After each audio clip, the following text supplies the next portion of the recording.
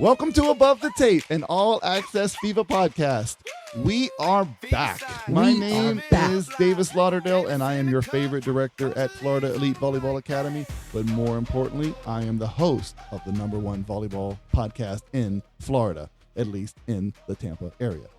I am joined by the greatest co-host in the history of club volleyball podcasts. She is the head coach of our top 16s team, as well as the two-time conference coach of the year at her high school team. She is also the mother of the cutest little girl and the bougiest dog ever. Please welcome back Elyse Zapata. Thank you. Like, I'm looking like there's actual people clapping. Yeah, I'm like, thank you. Thank you. You know, you'll probably hear Leilani in the background. So sorry about that, guys. There's no budget for babysitting with Above the Tape, so we're just gonna let it wing. And I have a feeling she might end up in your lap before this thing is over. I think so too. That's all good. Miss Rachel can only do so much, right? So before we get started, once again, please subscribe to our podcast, and while you're there, give us a 5-star review to avoid the stigma of being a hater. Love it. Yep. And again, we're on Spotify, Amazon Music, Apple Podcasts, and anywhere else you get your podcast. So let's go. Right, Leilani? Okay. So I don't know about you, Elyse, but I am excited to be back. Oh, I'm so excited. I think I was even texting you when are we going to record again? I know. Because that was like me saying hey, I miss you. Can we come do this? Well, we try to get the boys coaches together. That has not worked out successfully. Just because of their schedule and whatnot. But we're not giving up hope. But no. It's just, it may be a little while. It will happen. But yeah, we'll get there eventually. And it's really, we've just been kind of all over the place and just haven't really had the time to do it. So I apologize, but we are here and we're going to try to give you a great episode today. Yeah, we will. We will give you a great episode today. And as always, I am ready to give my joke. Oh, I'm here. I'm here for it. Here we go.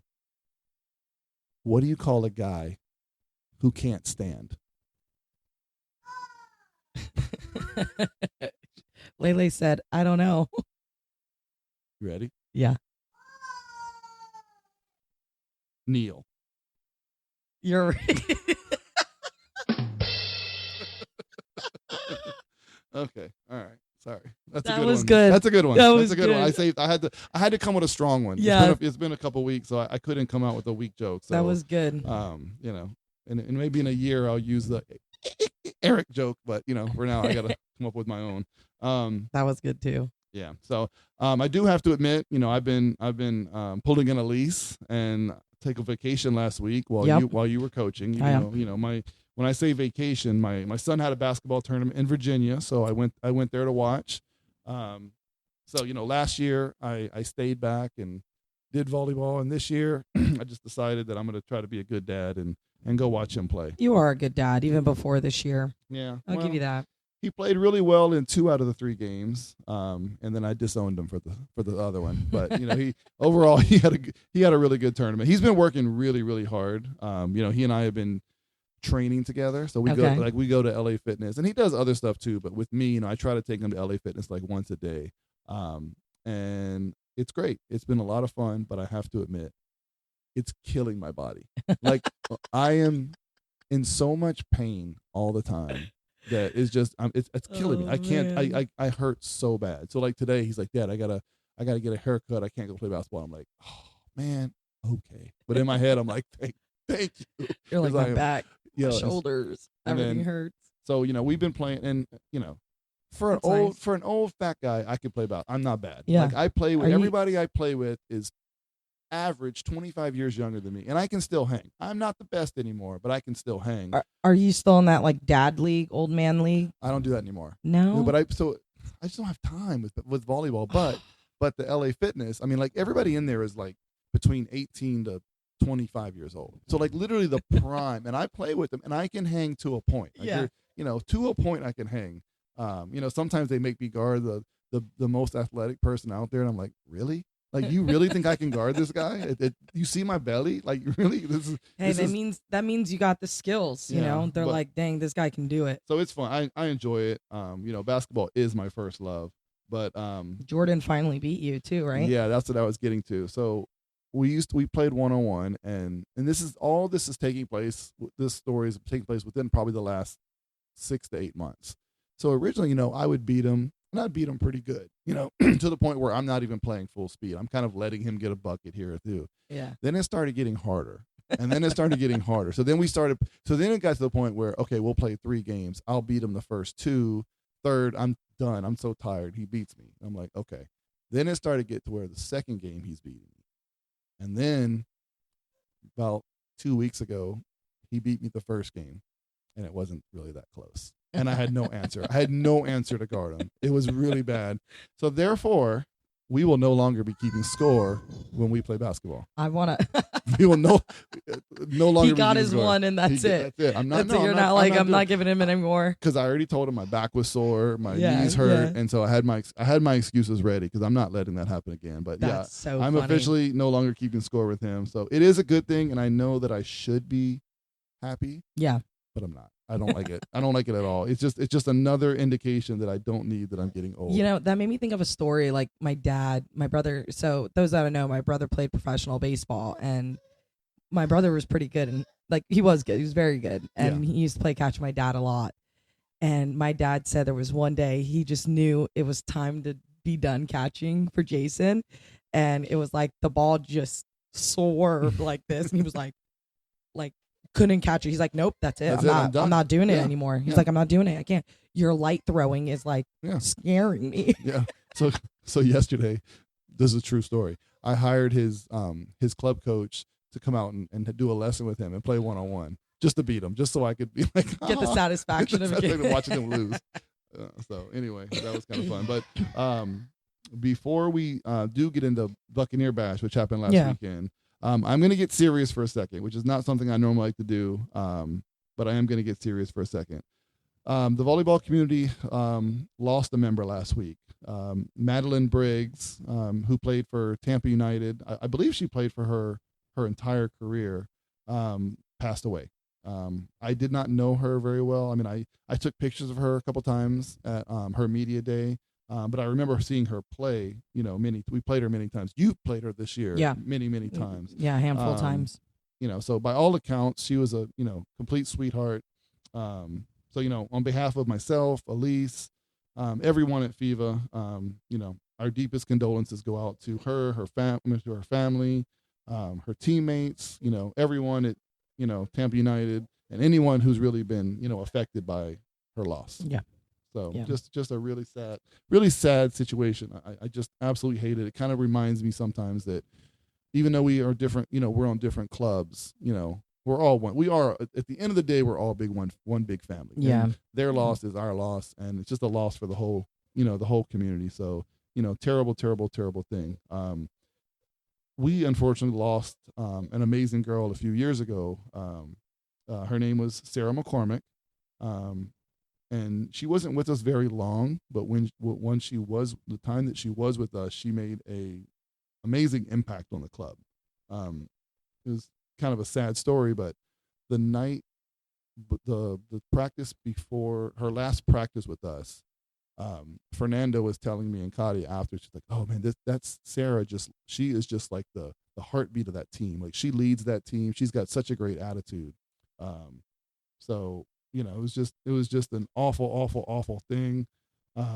Sarah, she loved the color pink. So every year we've been kind of raising money by selling pink shirts. So, the first year we took that money and all the proceeds went to the family, because they had obviously expenses and whatnot. Then the next year, the mom contacted me and said, hey, could you put that in a scholarship or two under her name? So that's what we did. Ended up raising almost $5,000, I believe. We did pink tie-dye shirts. The first year, pink T-shirts. The second year, pink tie-dye shirts. This year, we decided we're going to do pink jerseys just to kind of switch it up. Yeah. So the girls were, they could buy their jerseys. If the whole team gets it, they can wear it for Pink Day or, at AAU Nationals. If not, they can always wear it as a warm-up shirt or, that kind of thing. So, and we ended up raising $5,600. We sold 280 shirts. It's amazing. So that's going to be given out to a few scholarships next year.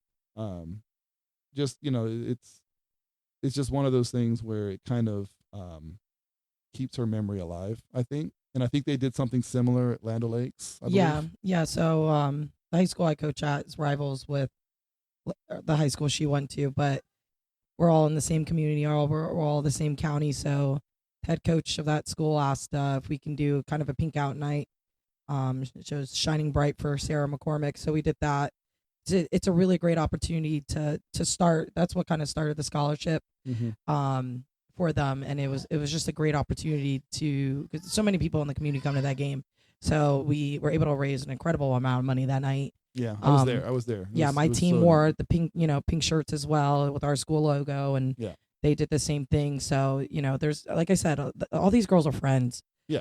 At the end of the day, like, we have athletes on our club teams that are friends with some of the individuals. So it's just kind of one of those things where we all come together. It's not looking what club you're at, what school you're at. Right. We're one volleyball community, and my heart goes out to all those families, unfortunately, with these tragedies. Yeah, awful. But yeah, it was a very special night. Her parents are so strong. Just anyway. So I mean, no easy way to really segue out of that, but we're gonna go ahead and do the best we can. This week, so last weekend we had 28 teams competing in Buccaneer Bash. Starting out, how did your team do? Well, so my team had some players either on vacation or they went to some college camps and things like that. And we won the tournament. We had 7 girls with no subs other than my libero going in for my middles. But other than that, literally no subs. I know. So it was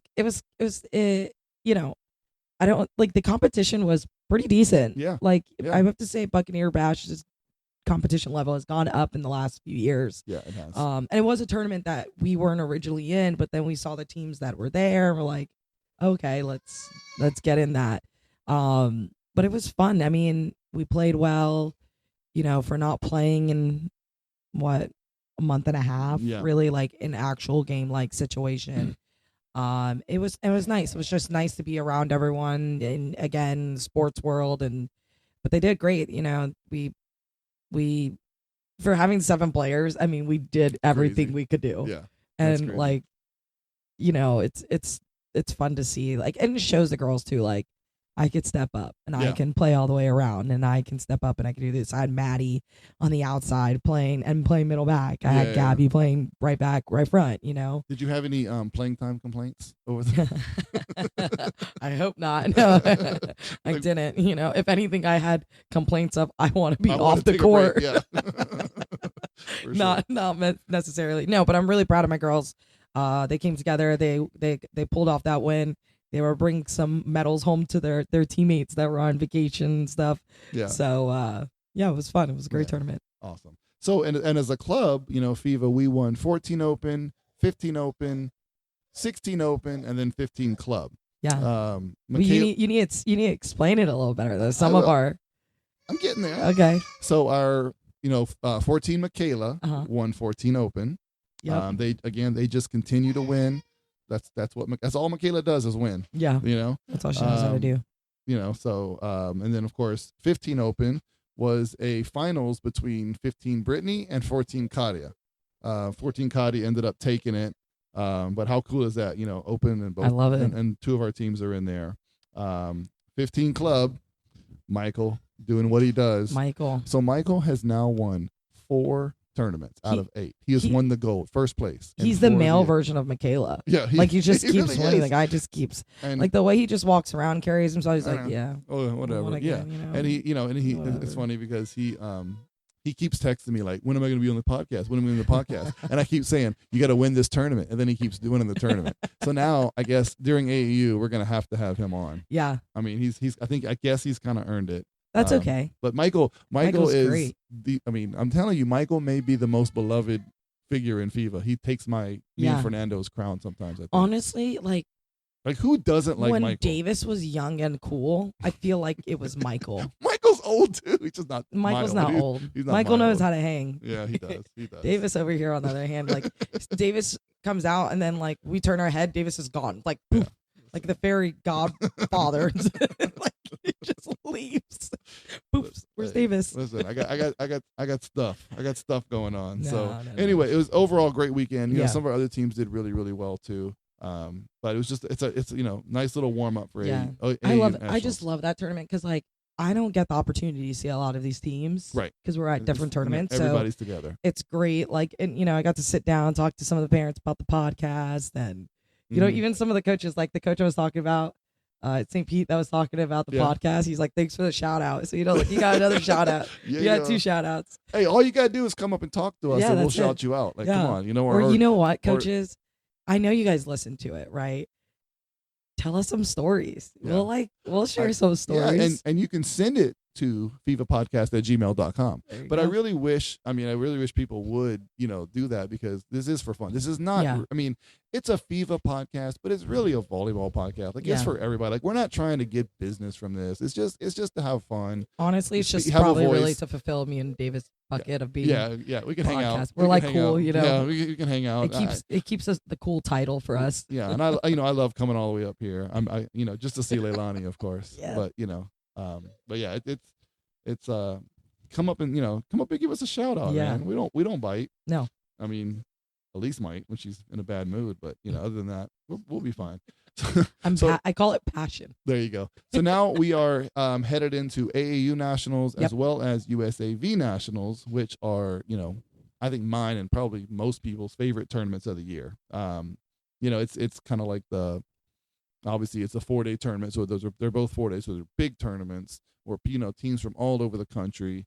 It's just, I don't know, to me it's just a good time. Yeah, I think it like brings the volleyball community together. Yeah, like everyone enjoys it. You you have like, for example, you'll have a kid that moved to Ohio, and the next thing you know, like you don't see him again, but you'll see him at AAU Nationals. So that's kind of I love doing that, like kind of reconnecting. And I had a player, Brooke Roar. That's what I was thinking about.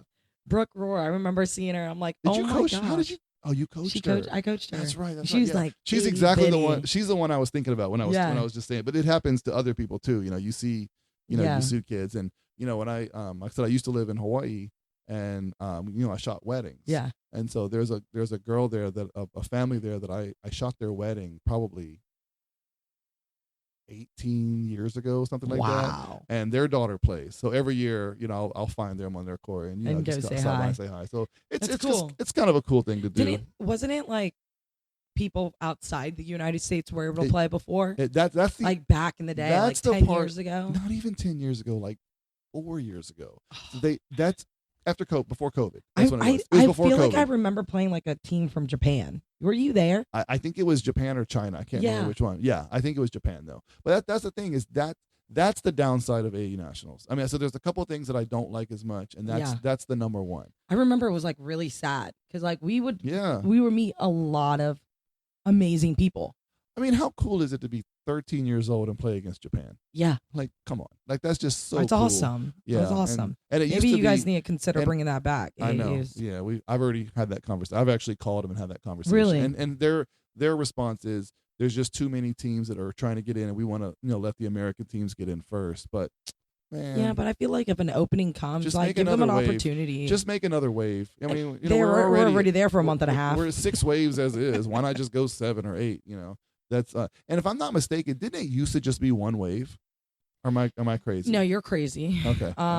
It wasn't 4. It was at least 2. Okay, it wasn't 4. Because I want to say it was 2 waves, to be honest. Because I remember used to staying at like before I went to this club, staying out there for like 8 days, 9 days back to back. Yeah, but I mean like 10 years ago, was it not 1 wave? No, I think that was that's what I'm saying. Like I remember being like there for the whole 8 days, and then we were done. Okay. AAUs were done. Oh, okay. Like they were cleaning up, packing up, and stuff. Yeah. So yeah, I think, and then eventually it became like 3 waves. Yeah.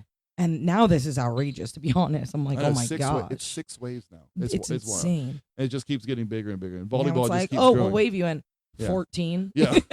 Well, a lot of times parents will text me and be like, "Oh, what wave are we in?" And I'm like, I don't know. I gotta look it up because I can't. Aren't they keep like it straight. also splitting up like the age groups too? Like I hate that. Yeah, absolutely. I hate that. Just put all the 15s together. Why is some 15s playing like this 4 days, then another 4 days pass, and then another 15s age group is coming? Like, okay, so since we're in the mood of complaining about it, I got one more complaint. why do we have USAV Nationals and AAU Nationals On at this, the same time? yeah, that's So like for example, our 13 Fernando, they can't go to AAU because it's USAV Nationals at the same time. 15 Brittany, same thing. 14 Kadia, same thing. Do you think it's USAV trying to take money from AAU? Well, okay, so possibly maybe they're beefing. No, they're absolutely beefing. But this year, USAV came out with their dates first.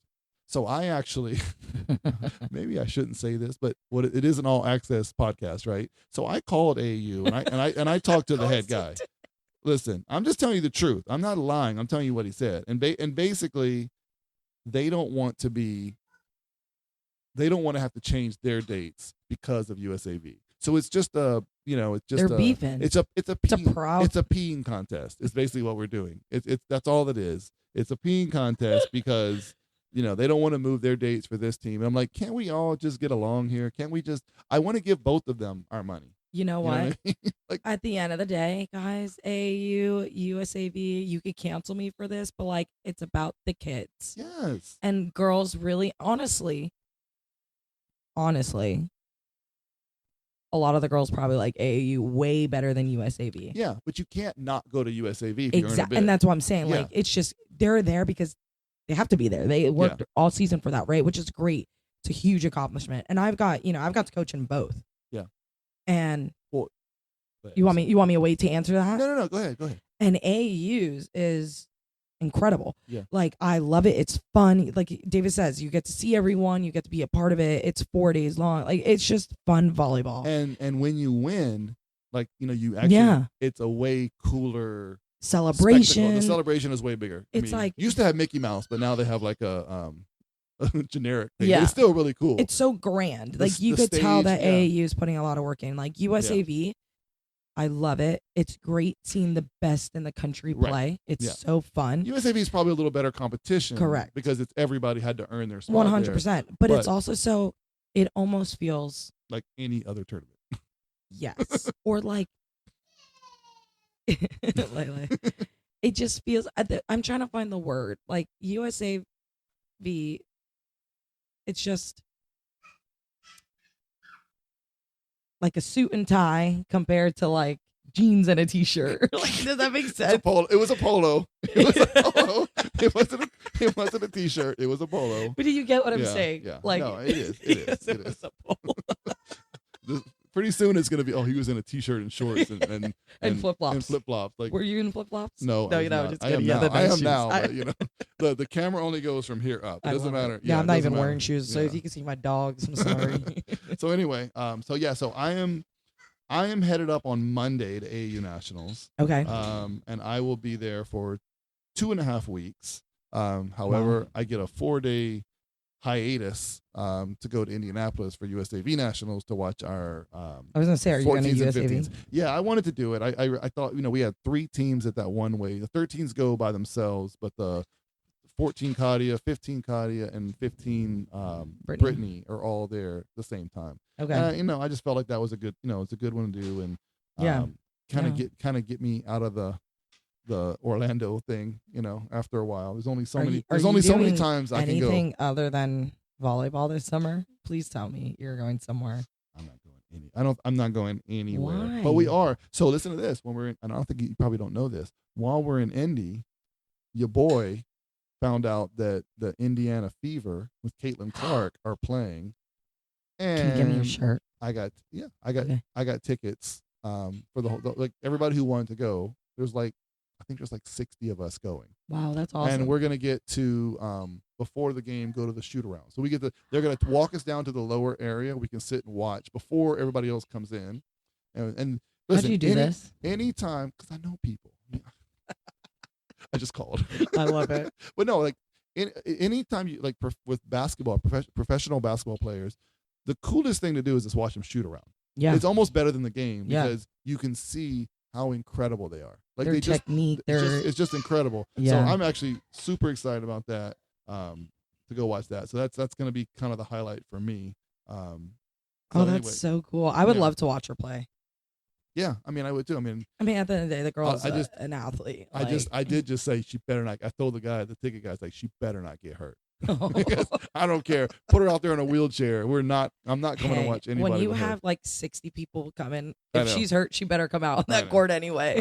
I know. So I'm looking forward to that. Yeah, that's cool. And it's gonna be a lot of fun. And then, after that, we go straight into tryouts. Yes. Favorite time of the year. Yeah, as I've stated before, not my favorite time of the year. And it's mainly because I know we're gonna lose families that you've kind of grown close to. Yeah. It's just it is part of the deal. I know it, but it's still not something I enjoy. You still don't like it. I still don't like it. But I do like getting new families. Every year we get new families that you get to meet and get and you grow. Like some of these families, like there's one particular family, the Clarks. I'm gonna give them a shout out. See if they listen. I'm not gonna say anything. We'll just see if they. Let's see if they just. But they, they've been here for a year, and I feel like they've been here the whole entire time. They're just such great people. Yeah. It's also because they're always in the gym because they have 2 kids. But yeah, they're people like that. So so fortunate to get to know them in the year. And so it's good and bad, but at the end of the day, I don't like, you never want to disappoint. My job, I always want to, impress people and have people be happy. And so there's no way you can make everybody happy. Whether it's I don't make the team I want or we're not gonna like bite you like if you leave or anything. Yeah, look, like, we still even go sit at some of those courts and support the girls. At the end of the day, everybody's going to do what they think is the best decision for their child. Whether or not it's right or wrong, it doesn't matter. You just got to support them. And some people make it a little awkward, and I get it. But on our end, look, the door's always open. Doors you guys always are welcome to come back. Absolutely. And if you don't, look, we wish you the best. There's a lot of girls that have moved on and done well, and we're still big fans of them. So I think that's like the one thing about our club that's pretty awesome. Like everyone, coaches, directors, everyone wants the best for the kids.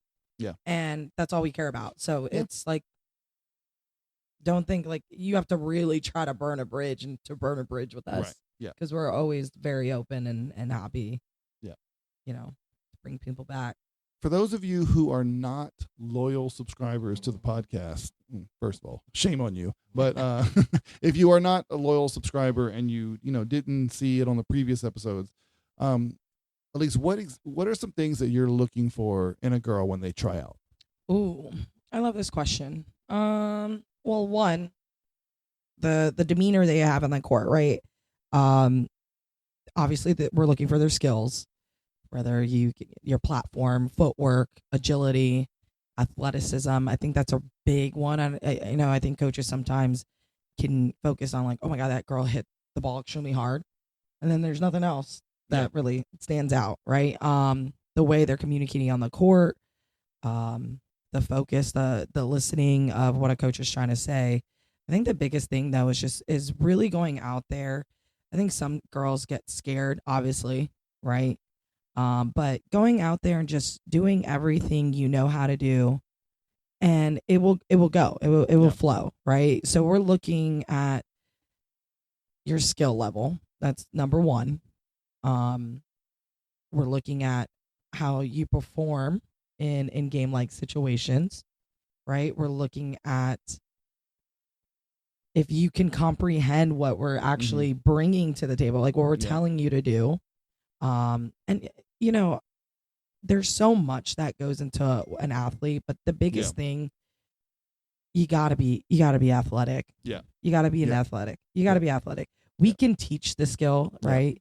And we could see that, like, and we're not afraid at tryouts. Like, hey, try doing this and see if that helps correct.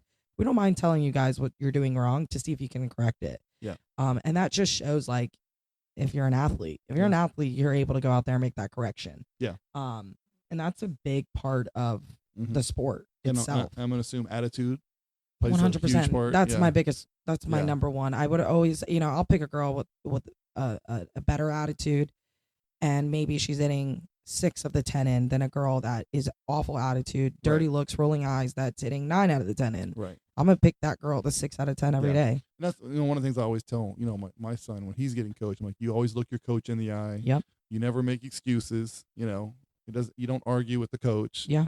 Because those are all red flags. Yeah. Those are all red flags. Like I said, we look at your skill, we look at your footwork, we look at your platform, we do all of that. But at the end of the day, we're looking to see if one, you can be a good human being on the team. Well, and, I think a lot of players, they get to the point where they're like, oh, I have to. Everything is based on strictly on performance. No. So if I hit 2 balls out, well, I'm going to blame the setter. I'm going to do this. I'm going to blame that instead of owning it, because everybody makes mistakes. And it's just 100%. Like, they say that college coaches, they kind of, when they're looking at players, they're looking at how they respond to adversity. Yeah. When they don't play well, like, are they hanging their head? Are they blaming everybody else? Are they crying? Are they throwing a tantrum? That kind of thing. Or are they just, at the end of the day, the coach can always teach the skill. Yeah. But you can't teach attitude. You can't teach the I want to be here attitude. You can't teach being a good teammate. That is all on you and you're doing. Right. And it is a small volleyball, volleyball world. There's so many teams out there, right? But it's small world. Yeah. We already know how you play. Yeah. By the time, especially if you're like 15, 16. Yeah. Right? Yep. We're looking, who is Rebecca outside of, how is she just in the gym rather than just being the opponent on the other side, right? Yeah. So I don't know. There's no one named by the name of Rebecca. I was just using that as an example. So like anything but Rebecca Smith. Is that who you're talking about? Whatever reason, whenever I do anything like that, I'm like Rebecca. Like Rebecca's a real person. That's your Jane Doe. Yeah, that's my Jane Doe. Yeah, but no, I mean, and the thing is, it's there's really, I know there's no real answer because there's so many answers. It's a combination of everything. Yeah. I mean, you can have the greatest attitude in the world. You can be, all these different things, but if you're 4'9", you're probably not going to play in the front row and open. It's just the way it works, and so there's so many things that go into it. And I always tell, like, I know this is very hard to do, parents, players, right? Be optimistic when you go to tryouts. Yeah. Be open to different types of opportunities, right? Because no matter how much people probably want to be on a ones team, there's only what's the 1% of athletes go to play Division I level. Yeah, it's a very low, very small, super low percentage. It's hard to be on a ones team. There's a lot that comes to being on a ones team, and of course, ones depending on the club. Correct. Yeah.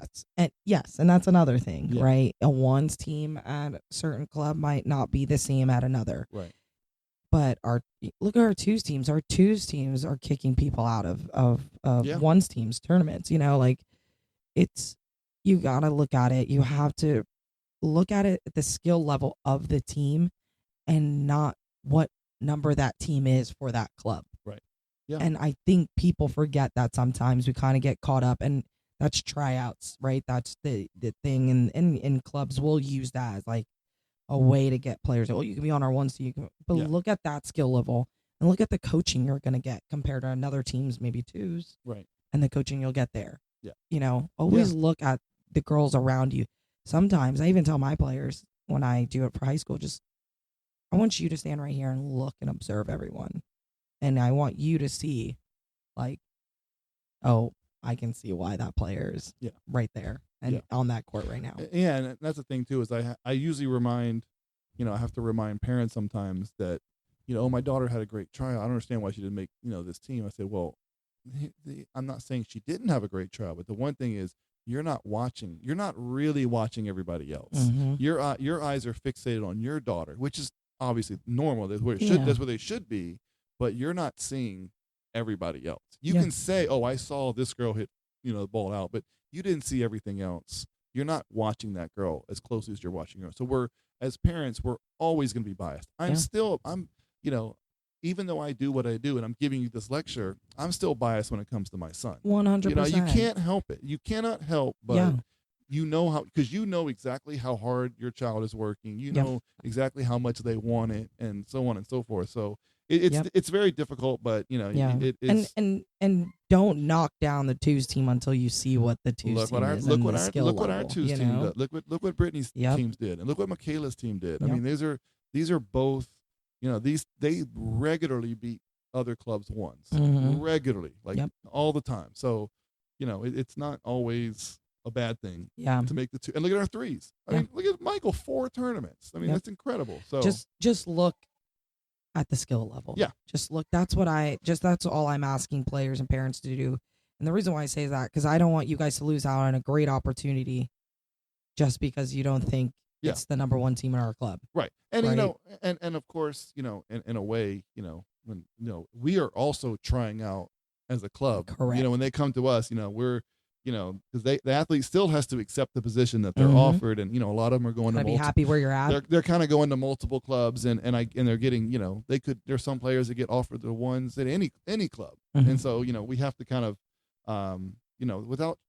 without trying to sound like a FEVA commercial here, I go ahead and give you about 5 reasons why I think we run a good program, or a very good program. And of course, like every club, we're not going to be a fit for everyone. Correct. We understand that. We know that. Nobody We're not is. perfect. But I think we do have a lot of positives and a couple of unique things that I think are kind of almost exclusive to us. So here we go. So number 1, I put our training. The master coaching system, I think, is excellent in the fact of everyone in the club gets the same training. Yeah. So there's nobody in our club, nobody on the 15-7s is going to say, well, the ones team gets so much better practices than we do.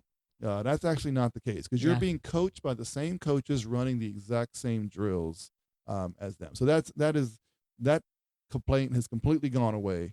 So they're getting the same exact training. Now, of course, how everybody takes the training is different. Everybody's going to, pick up on things faster than others.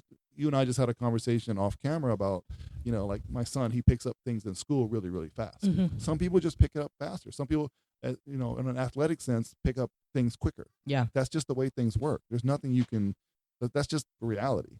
And so, but that's, and we've had, it's a proven successful system because we have had multiple bids, and at all levels, and we continue to have success at all levels. So it definitely works. Again, a little distracting here with Leilani, but it has been success. It has been successful, and she is. I wish you guys We just need a saw camera. what we did. We need a camera. We needed We need a one camera. this We way. need a Leilani camera. So everyone can Yeah. actually see. I'm Yeah. sorry, Davis. No, you're good. It's all good. She's getting mad now. She's getting mad. You may have to go get her. But anyway, we've had, so we've had success. And so, the proof is, based off her success. Go get her. Yeah. Let's go get her. Leilani, if you want to be on the podcast, all you got to do is ask. And we are back with Leilani. Say hi. She knows how to say it. I know. I've heard. I haven't seen it happen yet, but I've heard. All right. So that's the first thing. Number 2 is our coaches.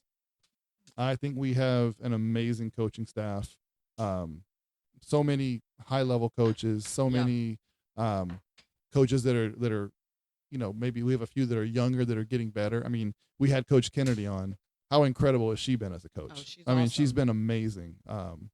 And so, just to be able to, we have such a great staff, so many highly qualified coaches. And they just continue to do well. Again, not everybody's going to like every coach, but we just have a great staff. So proud of them. Number 3, communication. No matter what kind of experience bad you've had in our club, I don't think anybody can ever say we don't communicate. Correct. I mean, that's essentially my only true job. This podcast is a extra thing that we do, but I mean, communication is my number one thing that I've always done. And, I love it. And, but, As a but, coach, but Claudia, Brittany, everybody, we all communicate. We're all accessible. There are so many clubs, and this is not a knock because I totally understand why, but there are so many clubs where you just can't get a hold of the director. Yeah. Somebody can call me as soon as this podcast is over and I'll pick up. I'll always answer my phone. 813-833-8746 if you don't believe me. Give me a call. But I'm just saying. I hope your phone gets blown up. Yeah. And if you guys are calling and he doesn't pick up, leave a voicemail. Be like, this is per podcast. You're a liar. You're a liar. But I will call you back if I don't answer. But no. The communication is really, really good, and that's a very sometimes undervalued by parents until you don't have it. It's very, very frustrating to not be able to get in touch with people. So anyway, that's number 3. Number 4, gotta use the word again, our culture. Yep. I think we have a especially for a big club, we are a very tight knit family. Yeah. With both the coaches and the players. I mean, our coaches hang out all the time. Our players hang out all the time. The families hang out all the time. It's just, that's kind of it's the thing that's probably my favorite thing about this whole thing. It's just how if all we did was show up and play in tournaments, that'd be boring. I would not do this. I wouldn't do this. I wouldn't do it at all, because honestly, the games are probably my least favorite sometimes. I mean, they're stressful. It's loud. It's either too hot or too cold, or whatever, and it's not my. I much rather meet all these people and have all that aspect of it than that. So that's a big one. Okay, and number 5, this is the one that's kind of the one that gets us in trouble sometimes, but I feel like it's the most important one in a lot of ways, is honesty.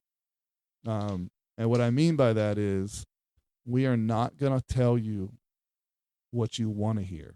Correct. We are going to tell you the truth. Yes. And as an example, if you are, 15 years old and you are 5 foot tall and you want to be a Division I outside hitter, we're going to probably tell you, look, you need to, that is probably not going to happen. You need to grow like a foot and a half. You need to grow, or you need just take a look at, these Division I rosters and see. Not saying it will absolutely will not happen, but it's probably not going to happen. Yeah. And people don't like that, and we have lost countless kids as a result. I can't, or we tell someone, look, you are, setting is not your position. You should be a DS. We had a girl a few years ago that, we basically told her, look, you're not going to be a setter on the ones. If you want to play on the ones, you can be a DS and you'll be fantastic. She chose to go elsewhere. Literally, as soon as we see her the first tournament, guess what position she's playing? DS. Yeah, and it's just so, and she was mad at us probably to this day, but it's just we're gonna tell you the truth. And again, it sometimes gets us in trouble because people don't like to hear it, but I wouldn't feel right telling someone. Not that I tell anybody anything, but I don't think Katia would. Like, yeah, I know that's not your role. I don't think Katia would feel right telling someone, you're going to be, on the national team, as a 5 foot middle. Yeah. You know what I mean? I just don't think that would be something we could ever do. And so I'm proud of it. Sometimes we have to work with Katia on I am so distracted right now, Leilani. Just so you know, I am so distracted by you. All right, we're gonna finish this up now. Clearly, she wanted to be with me, so we're Davis gonna go is ahead. like her favorite person. I'm not making that up either. Yeah, as soon as I came in today, she reached for me. Yeah, both hands. She knows who she is. Yep, she's gonna type it up. Go ahead, type it up. Davis is my favorite. Anyway, so that's those are kind of the reasons that I feel like we are a good choice for most people, and everybody can make that decision on their own. So, it is what it is. Hopefully we have a, great turnout this year for tryouts. We got some cool stuff planned. I got some little advertising stuff I'm going to do that hopefully will be really cool. One more thing really quick. Elyse, you are the recruiting coordinator for FEVA. Yeah. Talk to me a little bit about what that entails, like what that job is, and what you kind of do to help these athletes get recruited. Yeah, so something that we have here at FEVA is what we call sports recruits. It's a great opportunity that FEVA took for our athletes, honestly.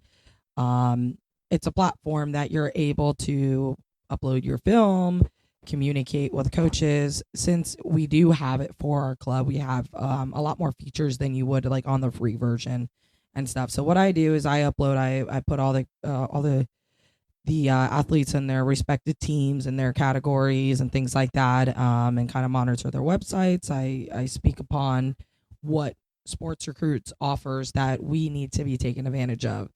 And I really wanted to talk about this before on this podcast before AAUs, because AAUs is a humongous tournament where a lot of colleges come watch you guys play. So if you have not started submitting videos on sports recruits, you need to start doing it. Another great thing FEVA does is we have Huddle. So we have the film. You just need to put it together and you just need to upload it. And it's really easy. I mean, Huddle is so easy. Huddle's easy. It's time consuming. Yeah. Not as time consuming as what it was when I had Kylie. Yeah, I can only You had imagine. to go through and actually make highlights. Yeah. And go through by yourself. Yeah. Like, it doesn't pull it for you. And if you could make one that pulls it for you, you can make one from scratch, right? Yeah. If you really want to be specific. Yeah. So there's opportunities, but we do have Huddle, we do have sports recruits. So our girls that have not done it yet, and you guys are looking to get recruited, get on it. Yeah. And you guys, they all know they have access to me at any time, at any day. Send me a text, call me, anything like that. I'm not going to give my number. But you sure already have it. 813-834-86. But no, it's a great opportunity. You're able to email any coach in the country. Right. Any coach in the country, right? We even have templates that I have. Just say, Coach, I wanna email this coach. Can you help me with this template? I have so many different templates that I can give you, whether it's academic based, right? Because some of the schools are looking more academically than the athletic side of things, right? You still have to have a great athletic score to get in and stuff like that. So templates can vary of what I have. So just give me a call, right? That's what we're here to do. That our goal, my goal, is to make sure these girls are getting recruited and seen. When great thing is with sports recruits too is when coaches are looking for something, they're able to put that on that platform, and I can share like, hey, we have 5 15s teams, or I'm pretty sure we have like 9, but you know what I mean. And X amount of girls haven't been recruited yet, and they're looking for that year. Yeah. It's really big. The sophomores are going into junior year. June 15th is coming around the corner. Colleges are now allowed to communicate with you with actual communication, emailing you back and forth. So get your emails out. Let them know who you are. It could be as little as just, hey, I'm here at AAU's during wave 59, right? And these are the days I play, and update them. It's super easy. Update them. Hey, after day 1, we won 3-0. Now we play in the AM. This is my court. This is this. Communication is going to be your biggest thing on getting recruited. And it's something that I feel like athletes can get a little lazy about. So use that platform. If you're still questioning what your profile, everyone that is on there on sports recruits for FEVA, I'm looking at your profile. I know if you're putting in the work, and I know who's not. Yeah. So it's one of those things of you still have to do your part. But once you could get those videos and that information up, I always say it's like a little profile of the coach understanding who you are. And it's a little just of who you are, but they're able to connect with the athlete and what you're looking for before they even get to even talk to you and introduce you. So take that and take advantage of it. Because June 15th is around the corner, and it's going to be super exciting. I can't wait, especially my 16s, right? A lot of them are sophomores going into junior year. So it's going to be really exciting to see what schools are going to be contacting them, especially playing at the USA level this year. So it's going to be fun. It's a great time, but take advantage of that. Camps are coming up. You'll probably get some invites to camps. Those kind of just depending on if it's not like a invite from the head coach, it's kind of a hit or miss where you're going with camp wise, because they're all kind of the same. But take advantage of sports recruits, take advantage of Huddle. Those that are not even a part of our club, it's another great advantage that you can have if you're looking to come and possibly join us here at FEVA. So yeah. All right. That is Elyse Zapata, the recruiting coordinator of FEVA. Thank you. And, of course, thanks to Leilani for joining us today. Guys, she's walking. There she goes. We will see you guys soon. We're definitely going to record at AAU Nationals. Yes, for sure. Probably going to have Coach Michael on, but we'll go from there. Thanks, guys.